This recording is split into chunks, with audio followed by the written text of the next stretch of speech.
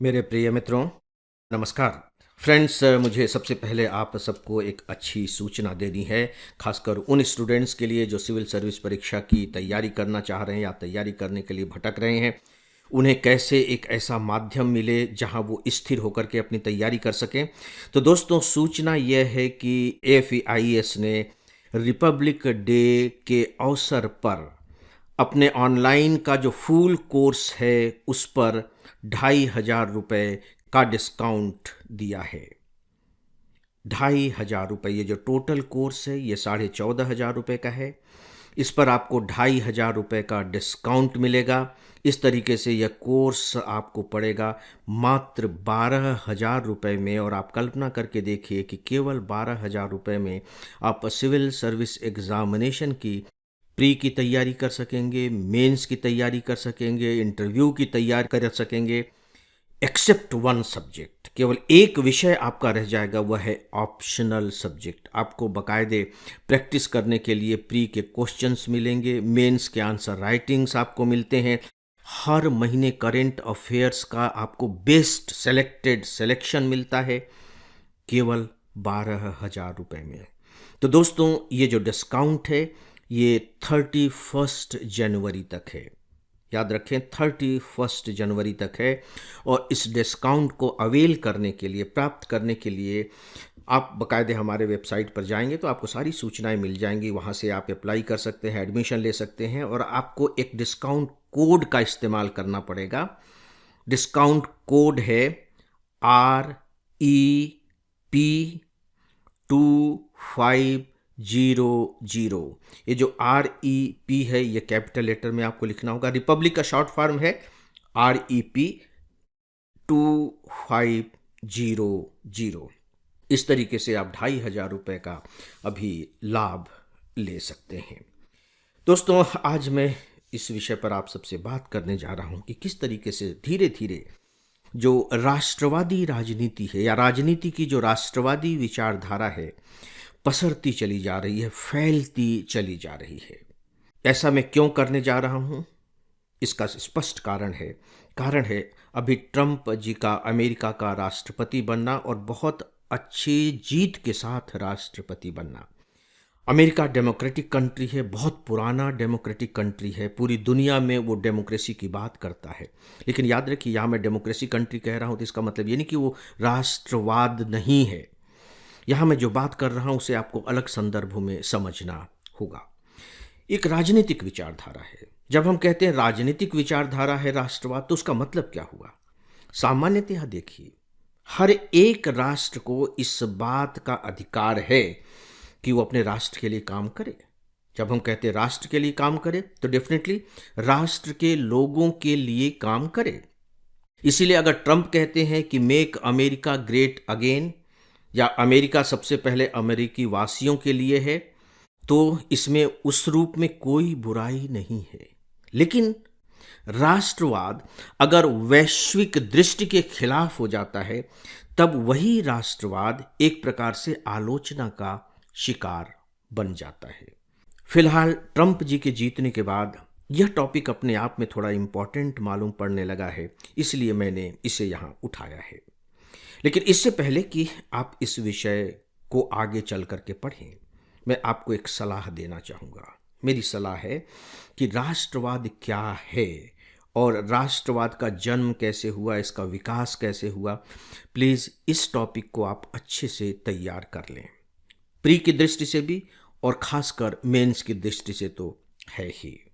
NCERT की जो विश्व इतिहास की किताब है उसमें राष्ट्रवाद के बारे में बहुत ही अच्छे तरीके से चैप्टर दिया हुआ है। आप उसे ध्यान से पढ़ें। हमारे जो ऑनलाइन स्टूडेंट हैं उन्हें मैं बताना चाहूँगा, सूचित करना चाहूँगा कि राष्ट्रवाद पर जो मेरा लेक्चर है वो हमारे कोर्स में अवेलेबल है। आप उसे जाकर के सुने, ध्यान से सुने, और इसके बाद जो हमने पॉइंटर्स के नोट्स आपको प्रोवाइड किए हैं उसका उससे मैच करें, तो जो राष्ट्रवाद है वह आपके दिमाग में बहुत अच्छे तरीके से समझ के रूप में बैठ जाएगा, याद करने के रूप में नहीं। मैंने अभी थोड़ी सी बात की ट्रंप साहब के बारे में, लेकिन ये केवल अमेरिका की ही बात नहीं है, ये पूरे के पूरे यूरोप की बात है। यूरोप में भी धीरे धीरे धीरे धीरे जो राष्ट्रवादी शक्तियां हैं, राजनीतिक शक्तियां, वो मजबूत होती जा रही हैं। और जो राजनीतिक विश्लेषक हैं वो इस बात से थोड़े से हैरान से हैं कि पिछले 2 सालों के दौरान ही यूरोप के 9 देशों में राष्ट्रवादी पार्टियों की सरकारें बनी हैं। 9 देशों में। यूरोप की बात इसलिए कही जा रही है क्योंकि जो डेमोक्रेसी है, देखिए, अगर बहुत उसके बीज को आप ढूंढेंगे तो वो ब्रिटेन में मिलेगा। फ्लरिश हुआ ये जाकर के अमेरिका में। विश्व बंधुत्व का जो सिद्धांत दिया फ्रांस की क्रांति ने दिया, तो ये सब के सब यूरोप के ही हैं अगर हम अमेरिका को छोड़ दें तो। और फिर इंडस्ट्रियलाइजेशन का जो केंद्र रहा वो यूरोप रहा। औद्योगिकीकरण ने इस विचारधारा को और आगे बढ़ाया, इसलिए यहाँ यूरोप की बात की जा रही है।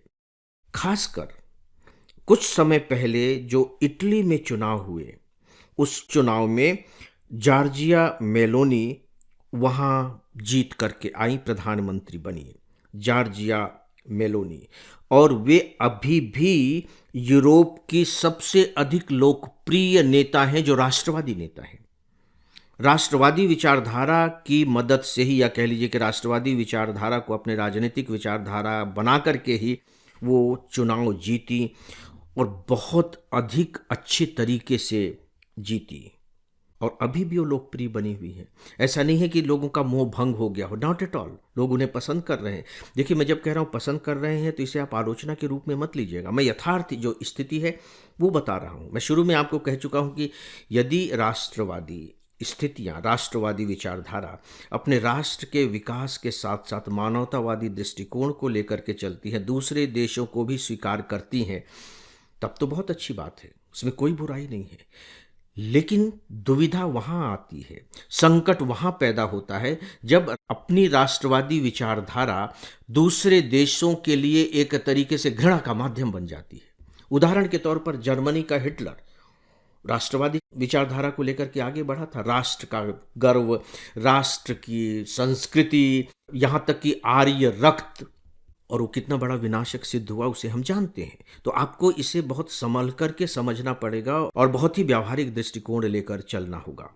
देखिए, जो दूसरे लोकप्रिय नेता हैं, अभी इटली की तो पहली हो गई, दूसरे जो लोकप्रिय राष्ट्रवादी नेता हैं वे हैं हंगरी के प्रधानमंत्री विक्तोर ओरबन।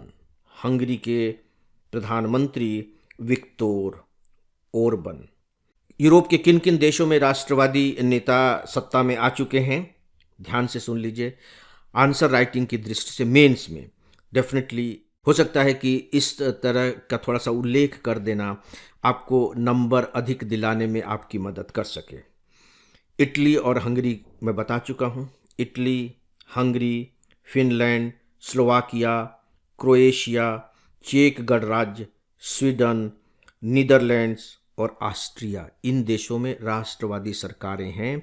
और लोगों को लग रहा है कि अगले महीने जो जर्मनी में चुनाव होने जा रहे हैं वहाँ भी हो सकता है कि राष्ट्रवादी सरकार ही बने, क्योंकि अभी जो सर्वे आ रहे हैं उसके आधार पर जो राष्ट्रवादी पार्टी है उसकी लोकप्रियता वर्तमान सत्ताधारी पार्टी से बेहतर है। दोस्तों, ऐसा हो क्यों रहा है, आखिर में क्या कारण है, इस पर हम बस थोड़ी सी नज़र डाल लेते हैं। और ये जो कारण है हमारे अपने देश के कारणों से भिन्न नहीं है। दरअसल पिछले खासकर 10 सालों में यूरोप में रोजगार का संकट पैदा हुआ है। और रोजगार का जो संकट पैदा हुआ है उसके पीछे जो मूल कारण बताया जा रहा है वो ये हो रहा है कि यूरोप के देशों में माइग्रेशन बढ़ा, प्रवासियों की यानी कि संख्या बढ़ी। जब प्रवासी वहाँ गए तो देखिए वो तो रोजगार की तलाश में ही जा रहे हैं, ज़्यादा से ज़्यादा लोग तो ज़्यादा मेहनत करते हैं, ज़्यादा क्षमताएं लेकर के जाते हैं, और उसका नतीजा ये होता है कि वो स्थानीय नौकरियों को, रोजगारों को छीन लेते हैं, या ये कह लीजिए प्राप्त कर लेते हैं। वहाँ के जो लोग हैं वो छीनने शब्द का प्रयोग करते हैं कि जो अप्रवासी हैं हमारे रोजगार को छीन रहे हैं, हमारी अर्थव्यवस्था पर कंट्रोल कर रहे हैं। सामान्य तौर पर आप कहेंगे कि वो रोजगार प्राप्त कर रहे हैं। तो इसके कारण स्थानीय लोगों में अप्रवासियों के प्रति एक तरह से क्रोध की भावना पैदा हो रही है, उन्हें वो अपना दुश्मन मान रहे हैं। और जो दूसरा बहुत बड़ा कारण है वो है आतंकवादी घटनाओं का बढ़ना, यूरोपीय देशों में इस बीच में आतंकवादी घटनाएं बढ़ी हैं, लॉ एंड ऑर्डर्स की प्रॉब्लम होने लगी हैं, टकराव बहुत ज़्यादा बढ़ गए हैं। उसका भी कारण वो ये मान करके चलते हैं कि इन अप्रवासियों के वजह से हो रहा है। तो सीधी सी बात है कि जो भी राजनीतिक दल ये कहेगा कि हम आपको रोजगार दिलाएंगे, तो रोजगार कैसे दिलाएंगे? तो उसका सीधा सा आधार ये है कि रोजगार न मिलने के जो कारण हैं उनको आप दूर कर दें। न मिलने का कारण है ये अप्रवासी। आप कहें कि हम इन अप्रवासियों को बाहर भेजेंगे या आने पर प्रतिबंध लगा देंगे तो उनको लगेगा कि हमें रोजगार मिल जाएगा। ये राष्ट्रवादी भावना हुई। और आतंकवादी घटनाओं को भी आप इसी से जोड़ करके देख लेते हैं, हम उनको कंट्रोल करेंगे। तो ये एक वजह है जिसके कारण खासकर यूरोप के देश अपनी राष्ट्रवादी पार्टी वाले विचारधाराओं पर अधिक विश्वास कर रही हैं और उन्हें इसका लाभ भी मिल रहा है। नो डाउट हम ये मान करके चलेंगे कि जो लेफ्ट विचारधारा की पार्टियां थी उन्होंने शायद सही तरीके से चीज़ों को मैनेज नहीं किया। वो सर्विसेज प्रोवाइड करने में या लोगों की इच्छाओं के अनुरूप बातों को अंजाम देने में वो शायद असफल रही। यह भी एक कारण है कि अब नई विचारधारा उसके स्थान पर आ रही है। तो दोस्तों ये कुछ रीज़न थे। यूरोप में कहा जा रहा है कि एकमात्र अब ब्रिटेन ही ऐसा देश है जहां अभी राष्ट्रवादी शक्तियों ने, या कह लीजिए राष्ट्रवादी विचारधारा ने कहना चाहिए, सिर उठाना शुरू नहीं किया है। अदरवाइज जो दूसरे देश भी हैं जहां भी राष्ट्रवादी पार्टियां सत्ता में नहीं हैं वहां भी अब ये राष्ट्रवादी विचारधारा जो है वो अपनी जड़ें मजबूत करती जा रही है, जड़ें पसरती जा रही हैं। तो दोस्तों इस विषय पर बस इतना ही, और इसके साथ ही दोस्तों अब आज के इस डेली ऑडियो लेक्चर को यहीं समाप्त करता हूँ। नमस्कार।